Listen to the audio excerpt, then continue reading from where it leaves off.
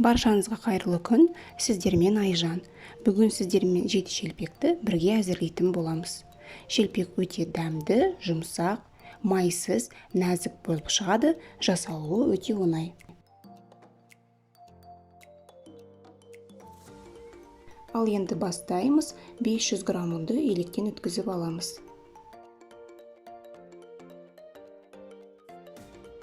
230 грамм суға 1 шай қасық тұз қосып, жақсылап араластырып аламыз.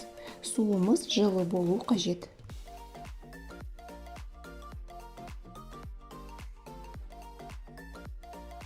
Жақсылап қасықпен араластырамыз. Бірінші кезде, одан кейін қолымызбен қамыр илейміз. Қамырдың иі қанғанша жақсылап илейміз.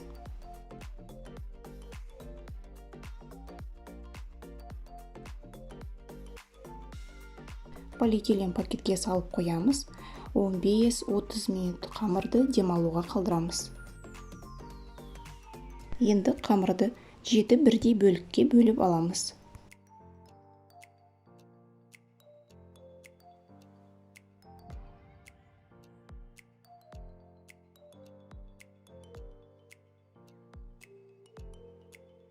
Қамырды осылай дайындап аламыз.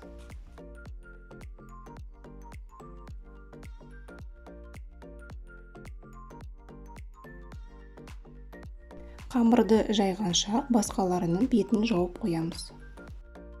Аздап ұн сеуіп отырып, жұқалап жайып шығамыз.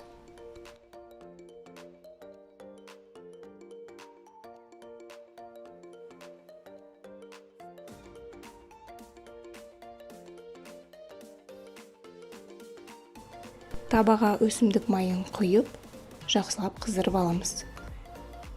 Қызып тұрған майға шелпекті салып, айналдыра отырып пісіреміз. Шелпектің бір жағын 5 секундтай ғана пісіреміз, одан кейін аударамыз. Екінші жағында 5 секундтай айналдыра отырып пісіріп аламыз. Одан көп ұстамаңыздар, шелпектеріңіз қатып кетеді. Әр шелпектің үстіне салфетка салып отырыңыздар, артық майын өзіне алып алады. Шелпек пісіп, біраз суығаннан кейін полиэтиленовый пакетпен бетін жауып отырыңыздар. Сол кезде қатып қалмайды.